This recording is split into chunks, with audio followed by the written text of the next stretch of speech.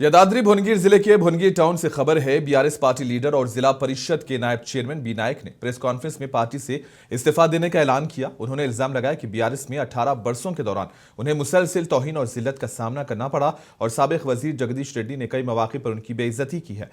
नायक ने कहा है कि वो एक कबायली हैं और कभी पार्टी डिसिप्लिन की खिलाफवर्जी नहीं की, लेकिन मुसलसल तजलील के बाइस अब पार्टी में रहना मुमकिन नहीं रहा।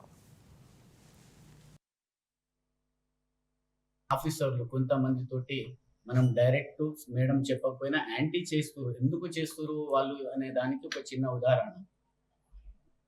నీకు పదవి ఇచ్చినాక నీకు యాంటీ ఎందుకు చేస్తారనేది మీకు డౌట్ రావచ్చు. నేను కొంతమంది మాటలు మా ఎమ్మెల్యే గారు విని మాకు దూరం పెట్టడం జరిగింది. ఒక మండల్ పార్టీ ఇష్యూలో ఈ మండల్ పార్టీని చేయండి మీరు, లేకపోతే నష్టపోతారు, పార్టీ నష్టపోతుంది అన్నందుకు నాకు దూరం పెట్టిరన్న. అలా చెప్పుడు మాటల్లో అవి చేసి ఆ మనిషి చాలా కష్టపడ్డాడు. అప్పటి మండల్ పార్టీ ఉండే సీనన్న అని. మరి ఆయన ఉంటే ఆయన తీసేస్తే ఆయన దారి ఆయన చూసుకుంటూ ఆయన నాకు ఎన్ని రకాలుగా బీజేపీలో వెళ్ళిపోయారు. అక్కడి నుంచి వచ్చేసి మన సర్పంచ్లు వేణులని. यादाद्री भुवनगिर जिले से खबर है। यहां मुस्लिम जेएसी के ज़ेर एहतमाम भारत की पहली मुस्लिम खातून टीचर शेख फातिमा का यौम पैदाइश मनाया गया। जनगांव शहर में इस सिलसिले में तकरीब मुनक्किद की गई। इस मौके पर शुरका ने शेख फातिमा की तस्वीर पर फूल निछावर करके उन्हें खिराज अकीदत पेश किया। तकरीब में मुख्तलिफ शोबों की नुमाया शख्सियात ने शिरकत की और शेख फातिमा की खिदमात को याद किया गया।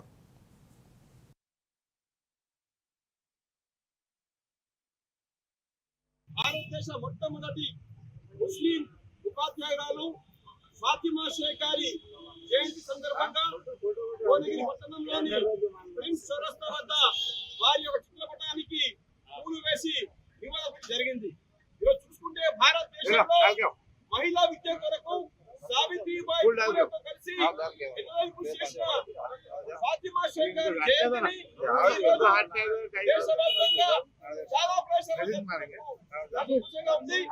చూసుకుంటే మహిళా విద్య కొరకు భారతదేశంలో ఆ రోజు సావిత్రిబాయి పూలే, జ్యోతిబాయి పూలే ఆ రోజు విద్య గురించి కృషి చేస్తుంటే ఆ రోజు సొంత ఇంట్లో ఫాతిమా షేక్ గారు మహిళా విద్య కొరకు పాఠశాలను ఏర్పాటు చేసే విధంగా కృషి చేయడం జరిగింది. अंजुमन उलमा व हुफ़ाज़ जगतियाल के जनरल सेक्रेटरी मौलाना मुतीउर रहमान की इत्तला के मुताबिक 10 जनवरी को शहर जगतियाल में ख़वातीन के लिए मुख्तलिफ मकामात पर दीनी इज्तिमात मुनक़्क़िद किए जाएंगे। इन इज्तिमात में शहर औरंगाबाद से ताल्लुक़ रखने वाले मारूफ आलिम दीन मुफ्ती अवैस खान खिताब करेंगे और इसी दिन बाद नमाज इशा जामा मस्जिद जगतियाल में मुफ्ती अवैस खान साहब का खुसूसी बयान होगा, जिसका मौजू ज़हूर महदी, खुरूज दज्जाल और नुज़ूल ईसा अलैहिस्सलाम होगा।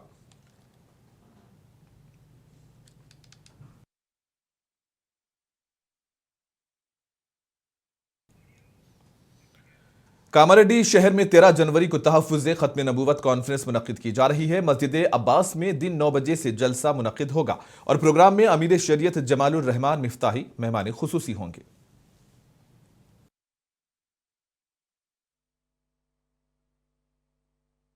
अल्हम्दुलिल्लाह मजलिस तहफ़्फ़ुज़ ख़त्म नबूवत educational and charitable trust Kamareddy के ज़ेर एहतमाम एक अज़ीमुश्शान फ़क़ीदुल मिसाल तहफ़्फ़ुज़ ख़त्म नबूवत कॉन्फ्रेंस का इनेकाद इंशाअल्लाह 13 जनवरी बरोज़ मंगल सुबह 9 बजे ता दोहर मस्जिद अब्बास गुलशन शबीर रामारेड्डी रोड कामारेड्डी में अमल में आएगा। जलसे से मुल्क के मायनाज़ मुमताज़ उलमा इकराम बिलखुसूस अमीदुल उलमा हज़रत मौलाना मुफ्ती ग़ियासुद्दीन साहब रहमानी क़ासिमी दामत बरकातुहुम और हज़रत मौलाना शाह जमालुर रहमान साहब दामत बरकातुहुम अमीर शरीयत के खुसूसी खिताबात होंगे। उनके अलावा दीगर उलमा इकराम कायदीन भी तशरीफ़ लाएंगे। लिहाजा उलमा इकराम से, अइम्मा इकराम से, मुअल्लिमीन इकराम से हम दरख्वास्त करते हैं कि कल जुमा के मौके पर अक़ीदे ख़त्म नबूवत के उन्वान पर खुसूसी खिताब फरमाएँ और अहबाब को, मुसल्लियान इकराम को, दोस्तों को कसीर तादाद में तहफ़्फ़ुज़ ख़त्म नबूवत कॉन्फ्रेंस में जनगांव जिले में 12 जनवरी को जमीयतुल उलमा की जानिब से जलसे इस्लाह मुआशरा मुनक्किद किया जाएगा। जनगांव के नेहरू पार्क के एक फंक्शन हॉल में प्रोग्राम मुनक्किद होगा, जिसमें खवातीन के लिए खुसूसी इंतजाम भी किए गए हैं। और आज जुमा की नमाज के बाद जनगांव रेलवे स्टेशन के नजदीक जमा मस्जिद में मशहूर मुकामी शख्सियात और नौजवान रहनुमाओं के साथ एक अहम मुलाकात का एहतमाम किया गया, जिसमें प्रोग्राम का तफसीली खाका पेश किया गया। तमाम मुकामी शहरियों से अपील की गई है कि वो इस्लाह मुआशरा जलसे में भरपूर शिरकत करें।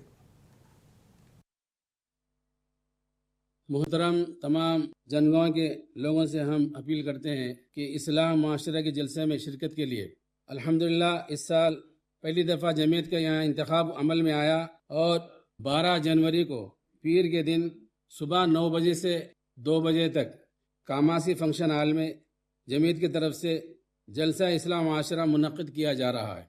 इस जलसे को बहुत से उलमा कराम मुखातब फरमाएंगे।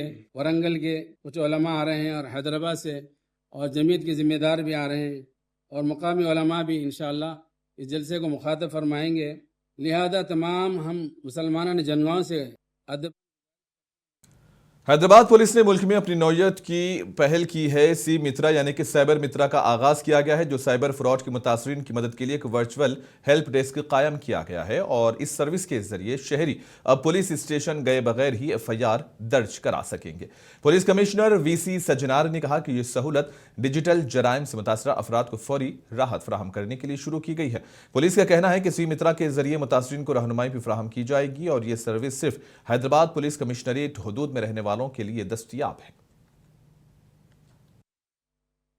क्राइम विक्टिम्स के लिए एक नया इनिशिएटिव लेकर आया, वर्चुअल पुलिस ऑफिसर सी मित्रा हेल्प डेस्क। क्योंकि बहुत सारे लोग विक्टिम होने के बाद शॉक में रहते, उनको कहाँ जाना, कैसे FIR लॉन्च करना मालूम नहीं रहता। वो लोग इमीडिएटली विक्टिम होने के बाद गोल्डन मंत्र है, इमीडिएटली कॉल करना 1930। वो भी गोल्डन आवर के अंदर ही करना, क्योंकि गोल्डन आवर के अंदर ही आप लोग कॉल करें तो अपना अकाउंट्स में जो अमाउंट है हम लोग फ्रीज कर सकते हैं, वो जो क्रिमिनल है उसको ट्रांसफर नहीं होंगे। ये गोल्डन मंत्र है 1930 और गोल्डन आवर से अंदर ही फोन करने के लिए मैं पब्लिक को रिक्वेस्ट कर रहा हूँ। सो एक बार 1930 का डिटेल्स देने के बाद हमारा ऑफिसर जो सी मित्रा ऑफिसर है वो इमीडिएटली वो डिटेल्स को डाउनलोड करके वो विक्टिम को फोन करके इमीडिएटली उनको एक AI की थ्रू एक कंप्लेंट, एक ड्राफ्ट कंप्लेंट भेजते हैं। जो वहाँ पे वो कंप्लेंट भी एक डेडिकेटेड नंबर है हमारा 0404189311 की नंबर से कॉल आएगा। और बाद में अपना ड्राफ्ट भी 87126 की सीरीज से आता है, क्योंकि ये तेलंगाना पुलिस सीरीज है। सो उसी नंबर से आपको फोन आएगा हैदराबाद सिटी पुलिस की तरफ से, जो आप उनको वो ड्राफ्ट पढ़ के सब डिटेल्स सही है तो आप। हैदराबाद में बालापुर पुलिस ने संक्रांति के मौके पर चंद दुकानों पर खुसूसी तौर पर छापे मारे हैं और चीनी मांझे की फरोख्त पर कड़ी नजर रखी जा रही है। इंस्पेक्टर बालापुर ने सख्त वार्निंग देते हुए कहा कि चीनी मांझा फरोख्त करने वाले अफराद के खिलाफ कानूनी कार्रवाई की जाएगी। छापों के दौरान पुलिस ने कुछ दुकानों से चीनी मांझा बरामद किया, मुकदमात भी दर्ज किए और मुलजिमान को रिमांड के लिए भेजा गया। पुलिस ने मफादे आम्मा में हिदायत भी जारी की हैं और संक्रांति के मौके पर गाँव जाने वाले शहरियों को मशवरा दिया कि वो अपने घरों के ताले बंद करें और CCTV कैमरे चालू रखें। वालिदैन को भी मशवरा दिया गया है कि वो अपने बच्चों की निगरानी करें जो छत पर पतंग उड़ाते हैं। हमारा बालापुर पुलिस स्टेशन का तरफ से पूरा लोगों की संक्रांति का हैप्पी संक्रांति। ये संक्रांति का सीजन में ज़्यादा लोग काइट का फ्लाइंग करना ज़्यादा करते, बच्चा लोग और बड़ा लोग भी। ये सीजन में पूरा गवर्नमेंट भी और हमारा कमिश्नर साहब। आदिलाबाद के मोहल्ले खानापुर के रिहायशी शेख रफीक 16 साल कबल गुम हो गए थे, लेकिन अब अपने खानदान के पास वापस आ चुके हैं। ये नौजवान गुज़िश्ता 16 साल से आंध्र प्रदेश के शहर विशाखापट्टनम में एक NGO की निगरानी में रह रहा था। खानदान वालों का कहना है कि ये एक मोजिज़े की तरह है। शेख रफीक की दिमागी हालत अब माजी के मुकाबले ठीक है और वो शायद तवील जुदाई और तजुर्बात की वजह से जहनी मसाइल का शिकार है। हमारे पास शेख रफीक उन्हें हमारे महल्ले से उन्हें चलेगा था। 16 साल हो रहा जाके। 16 साल के बाद उन्हें विशाखापट्टनम में यहाँ 15 साल संस्था में था। यहाँ से फिर इसको नागपुर लाए। नागपुर लाने के बाद उन्हें इसको पूछे हैं कि लोग, हाँ बेटा तू कहाँ रहता, फलान जगह रहता, कौन सा सरदा स्वस्थ कंडीशन में पूछने के बाद इसको ने एड्रेस दिया, मैं खानापुर अब्दुल्ला चौक में रहता, और इसकी अम्मी हमारे महल्ले के सब नौजवान बुजुर्ग हर बच्चा, हमको ऐसा मालूम हो रहा है कि हमारे महल्ले में एक रमज़ान की ईद आई, अम्मी को 16 साल के बाद, अम्मी जब गोद में से छोटे से बड़ा करे 16 साल के बाद ये बच्चा मिला, अम्मी की, भाया की, खानदान की, परिवारों की और हमारे महिलाओं की, नौजवानों की खुशी, ऐसा ये हो रहा है कि हमको ये बच्चा मिलने से